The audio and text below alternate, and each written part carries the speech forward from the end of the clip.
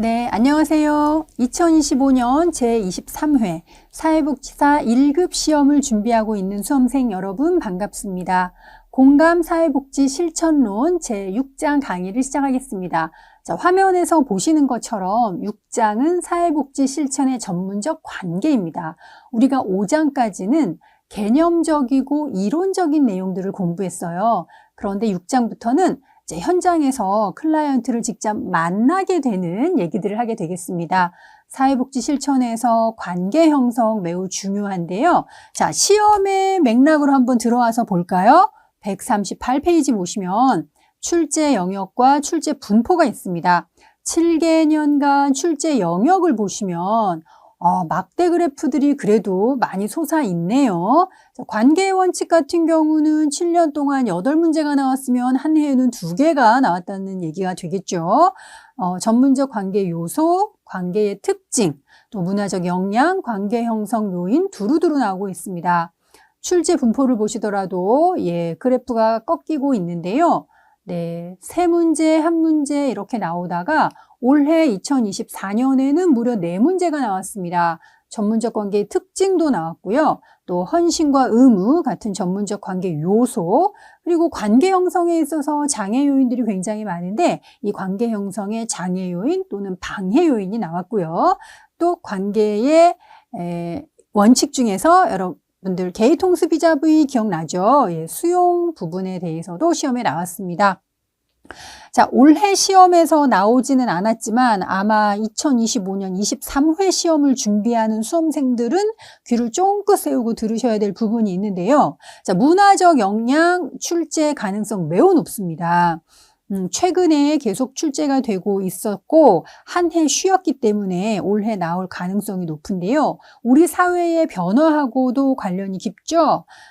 어떻게 보면 우리는 다문화를 몸으로 생활해서 경험하기보다는 이론적으로 책으로 많이 경험한 세대일 수 있습니다. 물론 우리 사회가 다문화 사회라고 할 만큼 굉장히 문화적 다양성에 대한 어떤 경험들이 많아지고 있기는 한데요. 아직 사회복지 상황에서 이 다문화와 관련된 것들이 크게 중요성에 비해서 많이 공부가 되거나 실천 현장에 많이 퍼져 있지는 않죠.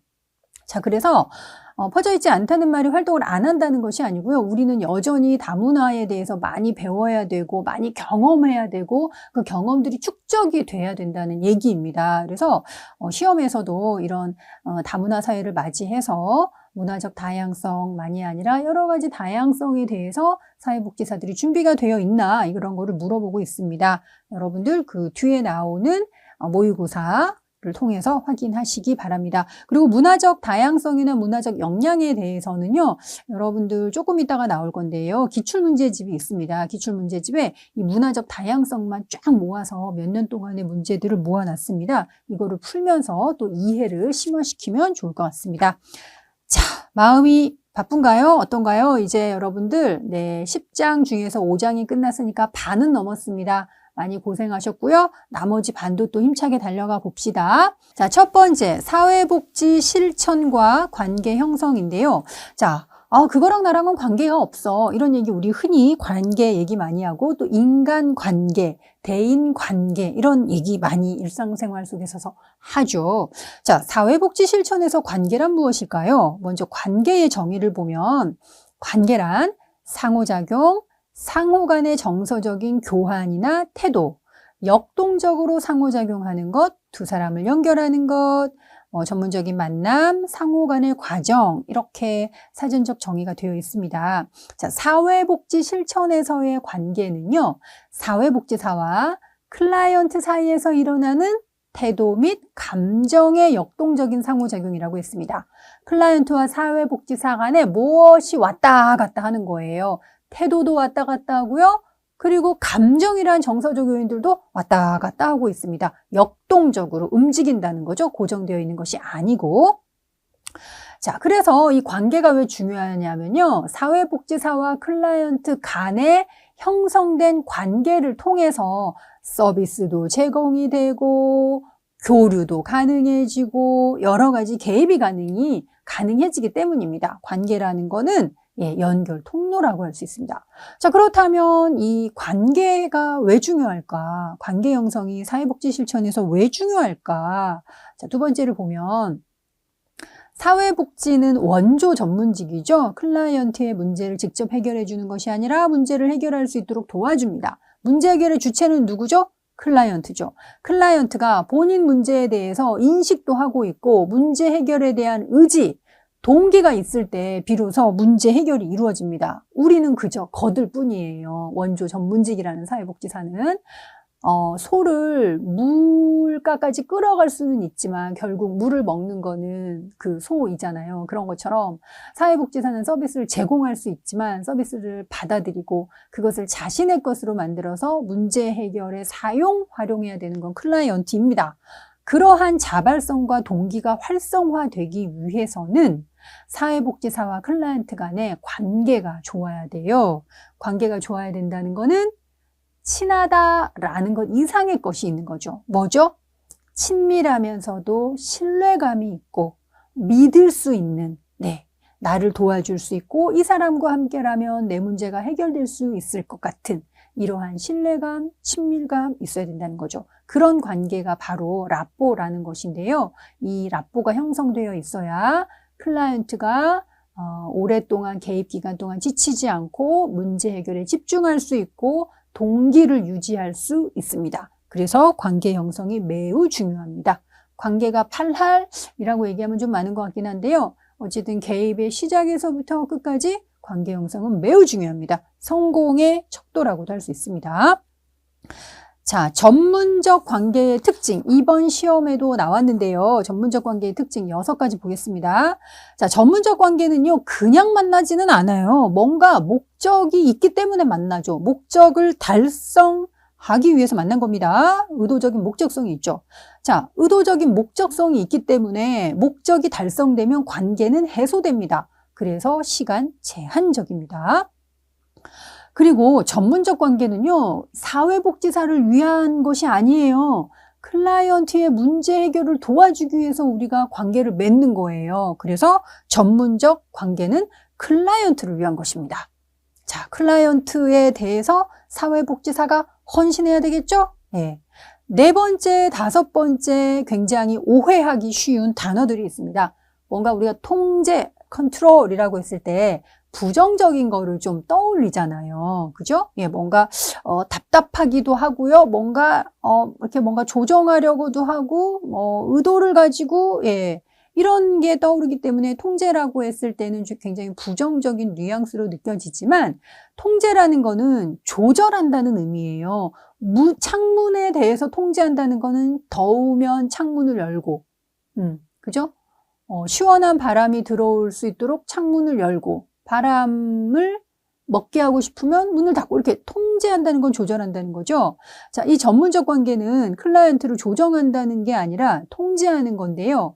사회복지사가 자신의 원조 방식에 대해서 그리고 원조의 내용과 방법에 대해서 조절한다는 것입니다. 그런 의미에서 통제적 관계입니다. 사회복지사와 클라이언트의 관계는 사적인 친밀한 관계가 아니라 공적인 전문적인 관계이잖아요. 사회복지사는 본인이 그러한 공적인 관계를 유지하도록 통제해야 돼요. 뭘? 나의 감정, 나의 반응, 충동성 이런 것들을 자각하고 조절하면서 책임을 진다는 의미에서 통제된 관계입니다. 이거 꼭 기억하세요.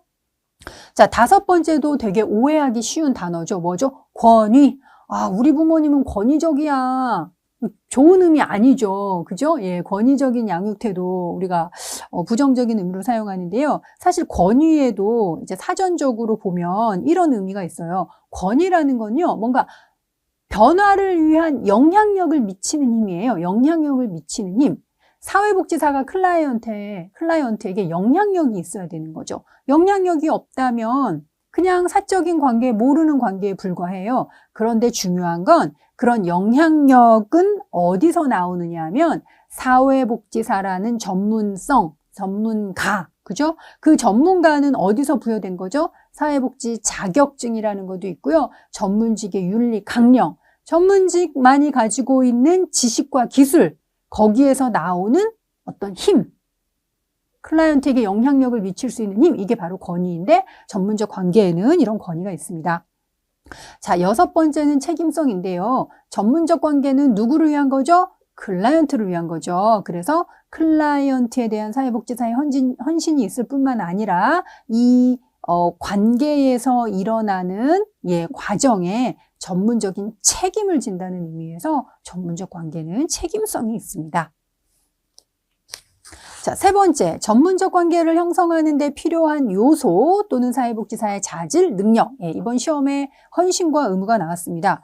자, 이 141페이지 하단에 보면 요 지문 그대로 시험에 나왔습니다, 여러분. 굉장하지 않습니까? 자, 헌신과 의무라는 건요, 원조 관계에서의 책임감을 의미하죠. 그리고 여기에는 일관성이라는 것도 포함이 돼요. 그죠? 사회복지사는 전문적 관계에서의 목적을 이루기 위해서 신뢰하고 일관된 태도를 유지해야 됩니다. 자, 헌신과 의무는 뭐라고요? 원조 관계에서의 책임성을 의미하는 것으로 일관성까지도 포함되는 개념이다. 알아두시기 바랍니다. 자, 이 헌신과 의무는 사회복지사의 일방적인 것만 요구할까요? 아닙니다. 사회복지사는 일단 클라이언트를 위해서 존재하기 때문에 클라이언트의 변화와 성장을 위해서 노력해야 되는 헌신과 의무가 있어요. 그리고 원조 관계에 책임감을 지고 일정한 절차상의 조건을 따르는 헌신과 의무도 있습니다. 그렇다고 사회복지사 말고 클라이언트는 가만히 있어도 될까요? 아닙니다. 사회복지 실천은 클라이언트와 사회복지사 둘의 합작품이기 때문에 클라이언트 역시도 헌신과 의무를 갖습니다. 뭘 해야 되죠? 본인은 이 원조 과정에 솔직해야 돼요. 거짓을 말하거나 거짓된 행동을 하거나 이럴수록 개입을 위한 노력은 다 헛수고로 돌아간단 말이에요. 그래서 클라이언트는 자신의 문제를 정직하게 솔직하게 표현하고 또 우리 관계에서 요구되는 어떤 절차적이지만 사소할 것 같지만 중요한 것, 시간 약속 잘 지키는 것, 이런 것도 클라이언트가 가질 의무와 헌신이 되겠습니다. 자, 2번째는요, 클라이언트에 대한 관심과 도우려는 의지인데요. 우리는 어떤 전문직이라고요? 원조 전문직이죠.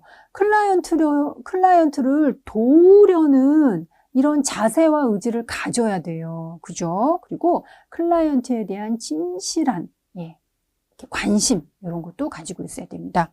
자, 3번째는 권위와 권한. 아까 전문적 관계의 특성에서 말했지만 사회복지사는 그 전문 지식, 기술, 그리고 윤리 강령에서 비롯되는 권위를 가져요. 이러한 권위를 바탕으로 클라이언트에게 영향력을 미치게 됩니다. 이것도 전문적 관계를 형성하는 데 필요한 요소입니다.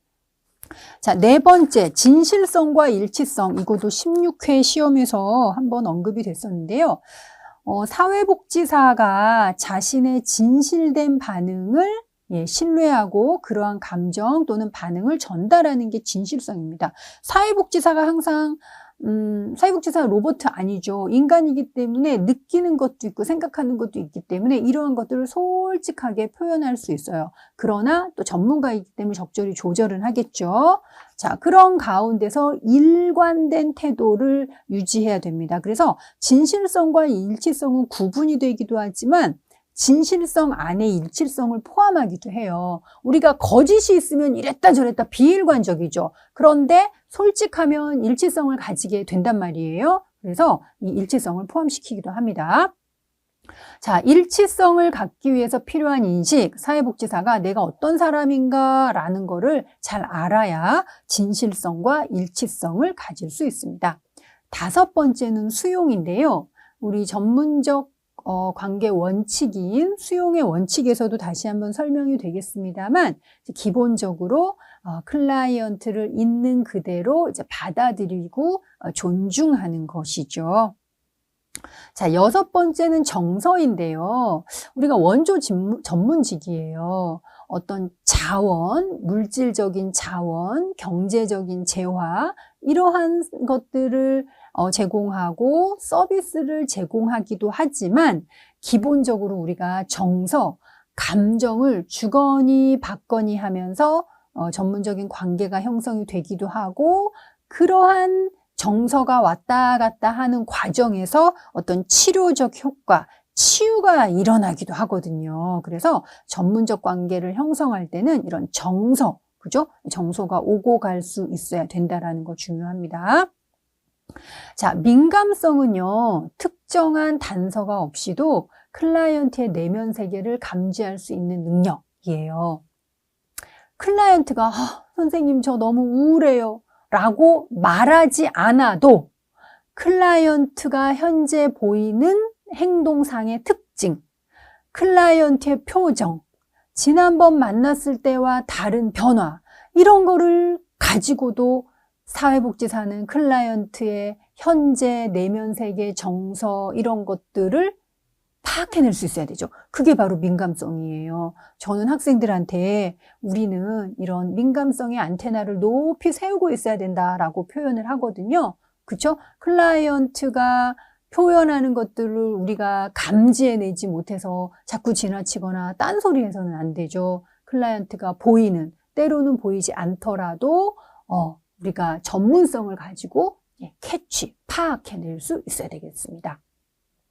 자, 사회복지사의 자기 노출, 자기 개방, 셀프 디스클로저라고도 합니다.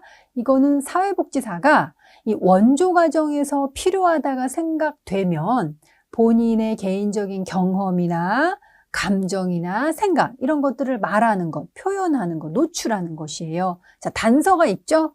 원조 과정에서 필요하다면 이라는 거예요. 어떤 사적인 친분이나 자랑을 하기 위해서 이런 거 아니죠. 그러면 어떤 경우가 이 원조 과정에서 필요하다고 생각되는 경우냐면 클라이언트가 되게 말하기 어려워하고 주저하는 것. 그러나 이런 거를 표현했을 때 원조 과정이 도움이 된다라고 판단되는 게 있죠. 그럴 때는 먼저 선생님 저도 이러이러한 일이 있었어요. 예전에 저도 이런 일 때문에 굉장히 힘들었답니다. 이렇게 얘기를 해주면 클라이언트가 사회복지사도 이런 일이 있었구나 이러면서 자기의 힘든 부분을 조금 더 편안하게 드러낼 수 있겠죠. 이게 촉진적인 역할을 해주는 게 바로 사회복지사의 자기 노출, 자기 개방이 되겠습니다. 자, 사회복지사의 자아인식 보겠습니다. 사회복지사도 인간이죠. 그래서 사회복지사가 어렸을 때 또는 최근에 경험했던 일이 사회복지사의 일부가 돼요. 그 일부는 사회복지사가 실천을 함에 있어서 클라이언트를 만나는 과정에서 어떻게 알게 모르게 드러나기도 하고 영향을 미치기도 하거든요. 그러나 이 영향이 너무 자주, 너무 강하게 노출되거나 클라이언트에게 영향을 미쳐버리면 그건 굉장히 개인적인 어떤 교류가 돼버리거든요. 전문성이 떨어지는. 그래서 사회복지사는 내가 어떤 사람이고 나의 경험, 어떤 나의 신념, 가치들이 실천 과정에서 클라이언트에게 어떤 식으로 영향을 미치는지를 알아야 돼요. 일단 아는 게 중요합니다. 그게 바로 자아인식이에요. 가끔 모를 때도 있거나 그 자아인식을 통해서 내가 좀 그릇된 방향으로 흘러가고 있다는 걸 알게 되면 어떻게 해야 된다? 네, 146페이지에 나와 있죠? 네. 슈퍼비전을 받거나 사회복지사도 상담을 좀 받으셔야 돼요. 요렇게 조금 나오는 전이역전이와도 관련이 되는데요. 본인의 개인적인 경험이 자꾸 클라이언트에게 영향을 미치면 이거는 또 잘못 흘러갈 가능성이 높기 때문에 슈퍼비전을 받고 상담을 받는 것이 좋습니다. 자, 10번째는 대응 혹은 직면입니다. 이 직면은 면접 기술이기도 한데요. 클라이언트가 말과 말 사이에 보이는 어떤 불일치, 말과 행동 사이, 행동과 행동 사이에 보이는 모순이나 불일치처럼 직면, 마주 볼 수 있게 해주는 것이 바로 직면입니다. 직면은 기술이기도 하면서도 적절히 직면을 잘 시키는 것이 또 전문적 관계를 형성하는 데 필요한 요소 또는 능력이 되겠습니다. 자, 11번째 감정이입과 공감은 또 비슷한데요. 이거를 구분하기도 하고 또 같게 보기도 합니다. 그래서 시험에서는 예전 내가 공부할 때는 이거를 공감으로 읽었는데 시험에서는 감정이입으로 나왔네. 이렇게 비슷하게 될 수도 있기 때문에 맥락을 보고 잘 파악하시면 좋겠습니다. 자, 어쨌든 감정이입이건 공감이건 사회복지사가 클라이언트가 지금 어떠한 감정인지 어떠한 느낌인지를 내가 클라이언트 입장에서 공감, 같이 느끼는 것 또는 클라이언트의 입장으로 느껴보는 것, 느끼는 능력, 이런 게 바로 감정이입이라는 거죠. 그죠? 자, 그래서 이 사회복지사는 클라이언트에게 감정이입을 하거나 또 공감을 해야 되는데, 그것도 전문적 관계를 형성하는 데 필요한 요소죠. 클라이언트가 너무너무 힘들고 원통하고 분통하고 막 우울한데, 이런 감정에 대해서 클라이언트가 왜 그러지? 저럴 상황은 아닌데 굳이 저렇게까지 하나? 이러면 안 되는 거죠. 아, 진짜 속상했겠다. 저 정도면 정말 우울하겠네. 우울하지. 라는 게 정말 느껴지고 그게 표현이 돼야 되는 거죠. 아, 선생님 그 당시에 정말 힘드셨겠어요. 이렇게 공감할 수 있어야 되는 거죠. 자, 13번째는 문화적 민감성 또는 문화적 다양성, 다문화 역량, 문화적 역량이라고 표현되는 것입니다. 제가 이 강의의 초입에서도 말씀드렸던 것처럼 우리 사회가 다문화 사회가 되면서 사회복지 실천 장면에서도 다문화 실천, 다문화 복지가 이루어지고 있고요. 꼭 사회복지 아니더라도 이 사회를 살아가는 사회 구성원이라면 조금 더 문화적 다양성, 다문화에 대해서 우리가 알고 잘 받아들이고 이해하고 생활에 적용할 수 있어야 되는 거죠. 우리랑 다르니까 틀렸어 라고 하거나 우리 한국 한민족의 문화를 따라 라고 하는 게 아니죠. 말 그대로 다양한 문화. 근데 여기서 문화라는 거는 꼭 인종, 종교, 민족에 국한되는 것만이 아니라 정말 그야말로 어떠한 요소든지 간에 다양성이라는 게 있을 수 있는데요. 우리 사회는 굉장히 이렇게 통일이라든지 뭔가 튀어나면 안 되고 혼자 주장하면 안 되고 이런 것들 있잖아요. 집단 속에 묻어가는 거를 미덕으로 보기 때문에 다양성에 대해서 우리가 조금은 경험이 적은 게 맞긴 맞아요. 그런데 이 다양성에 대해서 조금 더 이해하고 수용하고 생활 전반에 좀 퍼질 수 있도록 해야 되는 것이겠죠. 그래서 이제 시험에서도 나오고 있습니다. 올해도 나올 수 있어요. 자, 개념 한번 보겠습니다. 147페이지. 자, 문화의 차이와 다양성에 대해서 이해하고 그러한 특성에 따라 실천할 수 있는 능력이라는 거죠.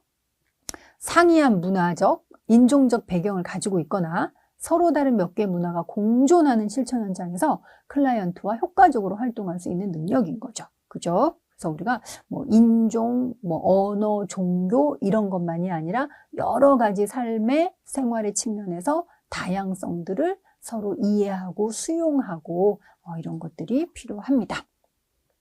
자, 그 다음에 넘어서서 무조건적, 긍정적 존중 볼게요. 인간 행동과 사회 환경에서 무조건적, 긍정적 존중 나오죠? 자, 클라이언트가 갖고 있는 모든 것을 긍정적인 시각으로 보면서 존중하는 거예요. 요번 시험에도 인행사에서 나왔던 걸로 저도 알고 있습니다. 김유경 교수님께서 아주 열강을 펼치셨죠? 조건적, 긍정적 존중이 아니라 무조건이다. 그러면서 열강을 하셨던 거를 저도 봤습니다. 자, 클라이언트를 위해서는요, 어떤 판단이나 조건을 내걸어서 이렇게 하면 뭐 해줄게? 이게 아니라는 거죠. 인간이기 때문에 우리가 인간의 존엄성을 염두에 두면서 일단은 무조건적으로 클라이언트를 존중해 준다라는 것입니다. 자, 마지막으로 15번째는 온화함, 따뜻함, warmth라고 되어 있네요. 자, 클라이언트가 사회복지사로부터 이렇게 좀 따뜻함을 느껴요. 아, 뭔지 잘 모르겠지만 따뜻함을 느낀다는 말 자체만으로도 뭔가 좀 푸근해지지 않습니까? 이 온화함, 따뜻함이라는 거는 클라이언트의 웰빙, 안녕과 복리를 위해서 언어적으로나 비언어적으로나 관심도 가져주고 좀 이렇게 살펴주는 것, 보살펴주는 것, 그러한 관심을 전달하는 것, 이런 거 모두 다 따뜻함이라고 할 수 있습니다. 따뜻함 이런 것도 굉장히 중요한 사회복지 실천의 관계 형성 요소라고 할 수 있겠습니다. 이런 것들이 바로 우리가 1장에서 얘기하는 사회복지 실천의 예술적 속성들인 거죠. 그죠? 자, 이렇게 해서 우리가 6장에서 1절은 넘어가고요. 2절, 관계 형성의 7대 원칙 보겠습니다. 자, 제가 6장을 시작하면서 사회복지 실천에서 관계는 무엇인가? 라고 하면서 비에스텍이라는 단어를 얘기했죠. 이 비에스텍은 사람의 이름이에요. 제가 알기로는 이 비에스텍이라는 분이 미국 로욜라 대학의 이제 신부님인데요. 신부님으로서 많은 신도들을 또 만나면서, 신부님이면서 이제 교수입니다. 대학 교수인데, 또 많은 신도들을 만나고 또 클라이언트를 만나면서 이런 생각이 들었대요. 어려움에 처해 있고 도움을 요청하는 사람들은 기본적으로 요러요러한 좀 욕구들이 있구나 라는 거를 이제 경험적으로 알게 된 거죠. 여러분들도 한번 생각해 보세요. 되게 곤란한 상황이 있어서 그 얘기를 아주 믿을 만한 내가 좋아하는 친구한테 얘기를 해요. 그럴 때 그 얘기를 친구가 사방팔방 떠들고 다니면서 막 얘기하기를 원치 않죠. 나에겐 어떤 욕구가 있어요?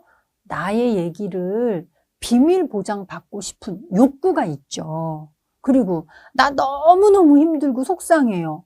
좀 위로받고 싶잖아요. 그죠? 일단 묻고 따지고 너 잘못했어 이런 판단하지 말고 나 지금 어떤지 좀 이해해주고 이해받고 좀 공감받고 싶어. 맞아 그랬어 맞장구 좀 저한테 쳐주면 좋겠고 이런 거 있죠. 자, 그런 것처럼 이 비에스텍이 도움을 요청하는 사람들에게는 요러요러한 욕구들이 좀 있어. 그러니까 우리 도움을 제공하는 원조 전문직들은 클라이언트에게 요렇게 해주면 좋아 라고 관계 형성의 7대 원칙을 만들었습니다.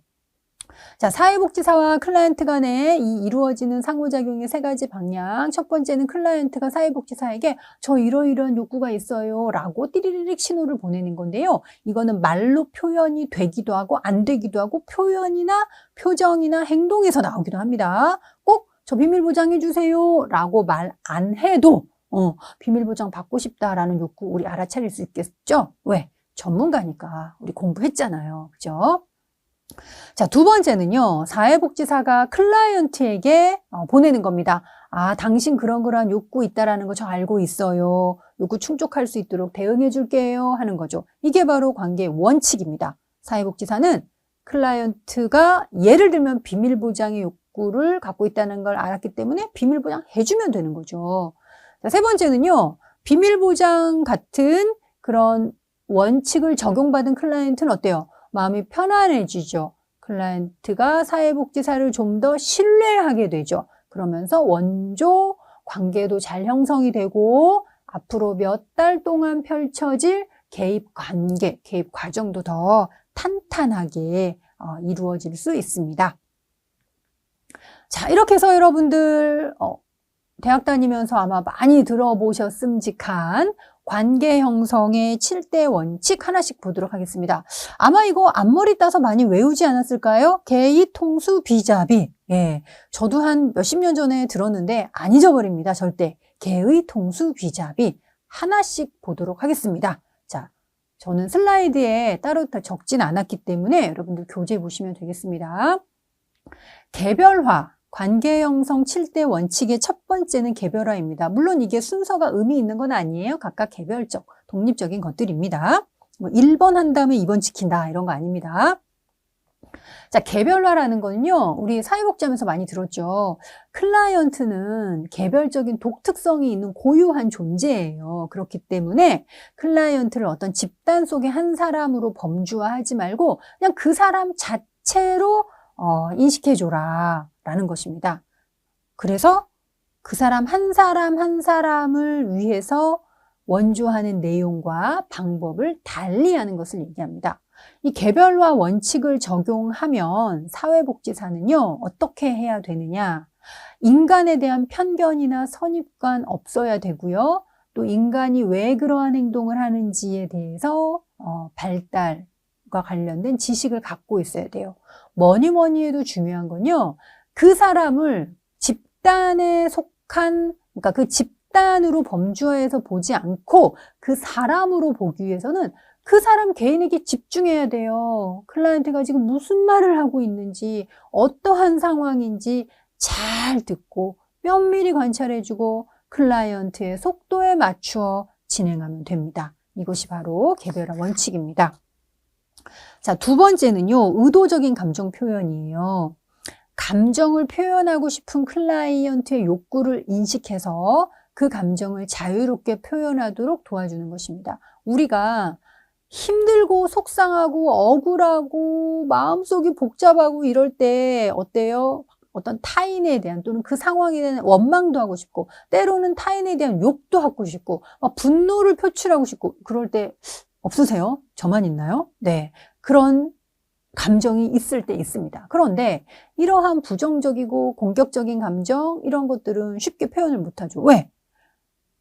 클라이언트가 사회복지사에게 표현하는 게 좀 어색하기도 하고 눈치 보이기도 하고 이런 걸 표현했을 때 내가 뭔가 이상한 사람이라고 오해받진 않나? 이렇게 주저하기 때문에 감정에 대해서는 좀 이렇게 잘 안 표현하는데 사실은 그러한 부정적인 감정을 표현했을 때 오히려 카타르시스가 일어난다는 거는요. 감정 때문에 뿌옇게 보이는 현실 세계가 감정이라는 안개가 거치면서 명확하게 보이기도 하고요. 때로는 감정에 휩싸여서 이 문제가 잘 안 보이거나 문제가 왜곡해서 보이는 게 선명하게 보이기도 하고요. 감정을 걷어내고 나면 오히려 문제의 반은 풀리는 경우가 있거든요. 그래서 감정을 표현하도록 하는 건 좋습니다. 억지로 끌어내는 게 아니라 클라이언트에게 그런 감정이 있다라면 우리는 민감하니까 알아차릴 수 있겠죠. 자, 세 번째는 통제된 정서적 관여입니다. 이거는요, 쉽게 말하면 공감해줘라 이 말이에요. 정서적으로 관여한다는 게 공감한다는 건데요. 앞에 통제된, 컨트롤드가 들어있죠.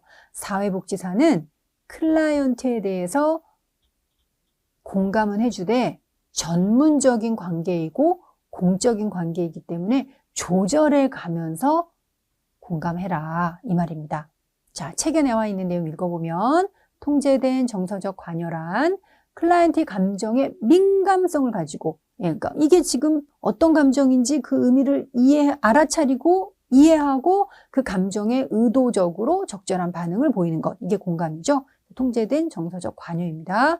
통제된 정서적 관여를 적용하려면 세 번째 나와 있죠. 클라이언트가 지금 보이는 감정에 대해서 민감하게 캐치해야 되고요. 예, 파악해야 되고요. 그 감정이 어떠한 의미를 가지는지 이해해야 되고요. 그리고 현재 클라이언트가 가지고 있는 감정에 대해서 의도적으로 적절하게 반응을 보여주셔야 됩니다. 자, 네 번째 수용 보도록 하겠습니다. 전문적 관계 형성의 어떤 그 요소에도 나왔는데요. 자, 수용이라는 것은 클라이언트를 있는 그대로 인식하고 대하는 것입니다. 자, 시험에 잘 나오는 건 뭐냐면요. 있는 그대로 인정한다라고 해서 클라이언트가 잘못한 거에 대해서 그냥 허용한다라는 건 아니라는 것. 154페이지에 보면 네. 수용 원칙의 적용 시 장애 요인이 있는데요. 수용과 허용의 혼동이죠. 예. 수용한다는 건 그랬구나. 여기까지인 거지. 그래도 돼. 잘못한 일 했는데 괜찮아. 이렇게 허용한 거 아닙니다. 자, 그래서 수용이라는 거는 클라이언트를 있는 그대로 이해하는 것인데요. 154페이지 보시면 수용이라는 거는 클라이언트가 나 이렇게 이런 일을 하고 이러이러한 태도를 보이고 이러한 상황이 있지만 그래도 나는 인간이야. 그래도 인정받고 싶고 존중받고 싶은 인간이야 라는 가치 있는 인간으로 인정받고 싶어하는 욕구에 대한 반응이 바로 수용입니다. 예, 그랬군요 라고 이렇게 있는 그대로 그냥 인정, 받아들여 주는 것입니다. 허용 아니라는 거 꼭 기억하시기 바랍니다. 자, 수용과 비심판적 태도가 조금 헷갈리는데요. 동시에 보이기도 합니다. 하나의 표현에 수용과 비심판적 태도가 다 들어가기도 합니다. 수용은 그랬군요 라고 있는 그대로 그냥 받아들이는 것. 비심판적 태도는요. 심판하지 않는 거예요. 너 잘못했어. 이렇게 하지 않는 것입니다.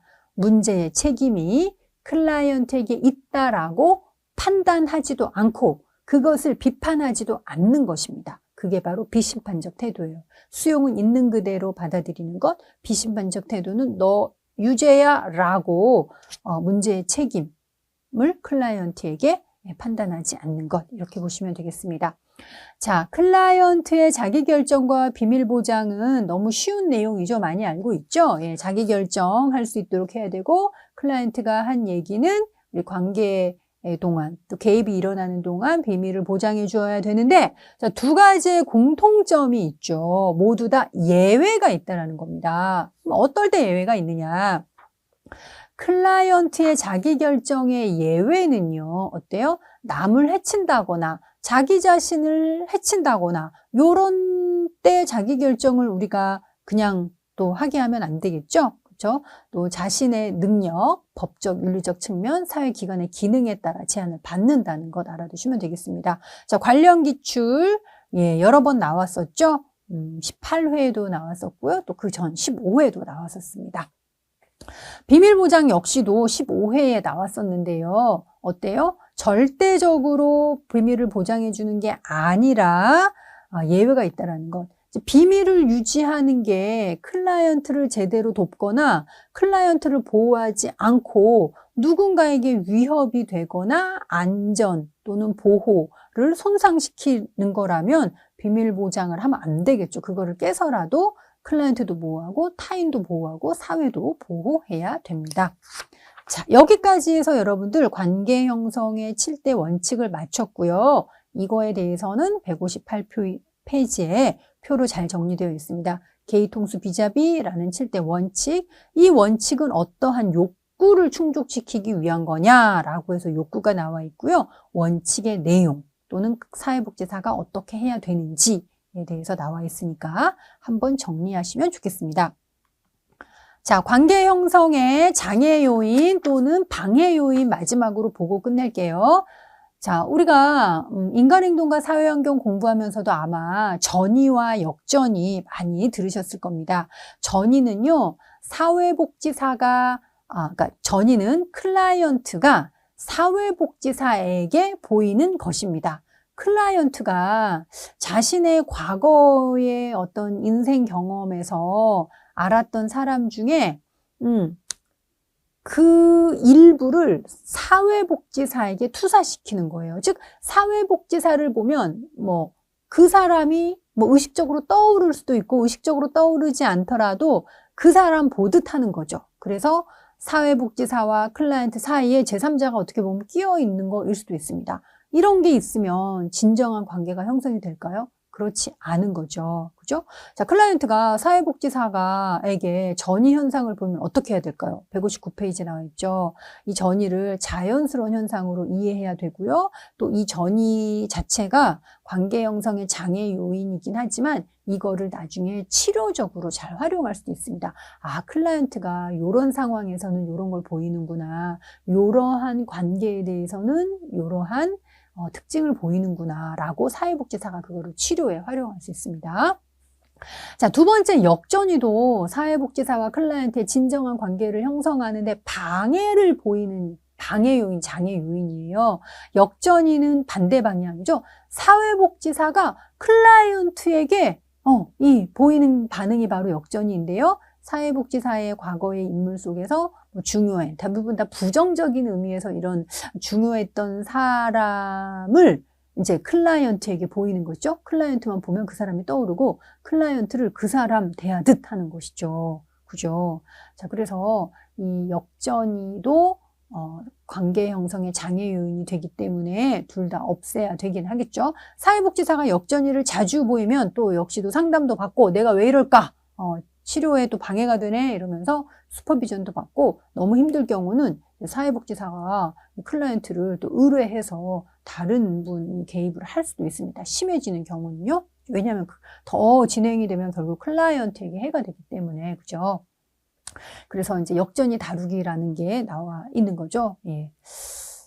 마지막으로 클라이언트의 비자발성 보겠습니다. 아무리 사회복지사가 유능하고 정말 전문 지식이 높고 주변에 자원도 많이 가지고 있더라도 클라이언트가 문제 해결에 대한 동기가 없거나 자발성이 떨어지면 사회복지 실천은 성공하기 매우 어렵습니다. 그리고 관계 형성이 어렵죠. 그죠? 사례 관리하시던 분이 수개월 동안 클라이언트 집을 찾아가도 문을 열어주지 않는 경우도 있었어요. 클라이언트가 저항하고요. 또 하려는 의욕도 보이지 않았습니다. 물론 몇 개월 동안 찾아간 거를 잘했다 또는 그렇게 해야 된다라고 우리가 단정적으로 얘기할 수는 없는데요. 클라이언트의 문을 열 수 있는 방법들을 또 많이 모색을 했고 그렇게 성공을 한 분도 있었습니다만 어때요? 기본적으로 비자발성인 경우, 즉 이제 동기도 낮고 문제 해결에 대한 의지도 좀 없고 특히나 이 동기나 의지가 없는 이유가 누가 가보라고 해서 갔거나 억지로 가야만 되는 경우, 상담을 10회 받아야만 되는 경우, 그죠? 억지로 와서 앉아는 있는데 동기나 자발성이 떨어지겠죠. 이런 경우 굉장히 관계 형성이 어렵습니다. 이럴 때 우린 또 어떻게 해야 돼요? 그냥 한두 번 하고 이 사람 하고 싶지 않으니까 그냥 끝내 종결 아니라는 거죠. 그래도 클라이언트가 그럼에도 불구하고 함께 만났다라는 것, 문제 해결에 대해서 아직 의지를 보이지는 않지만 여기에 와서 함께 있다라는 거, 이런 거를 좀 칭찬해 주고요. 또 관계 형성 초반에 좀 저항감을 가질 수 있다는 걸 이해한다라는 걸 알려주고 이러면서 조금씩 관계를 개선해 나갈 수 있습니다. 사회복지사가 공감을 해주면 클라이언트가 이렇게 이렇게 날카롭게 세웠던 나를 조금 이렇게 낮출 수 있어요. 방어를 감소시킬 수 있습니다. 그러한 이제 낮아지는 과정에서 이제 클라이언트에게 사회복지사의 진심이 전달이 되기도 하고 이러면서 관계가 좀 좋아질 수 있습니다. 자, 이렇게 해서 관계 형성에 대한 내용 6장 마치겠습니다. 7장에서는요, 관계 형성을 기반으로 해서 우리가 사회복지 실천 과정에서 늘 면담, 클라이언트와 대화를 나누게 되죠. 그게 언어적인 거일 수도 있고 비언어적인 거일 수도 있는데요. 클라이언트와 면담 어떻게 해야 되는지 이런 거에 대해서 살펴보도록 하겠습니다. 자, 6장 여기서 마치겠습니다. 감사합니다.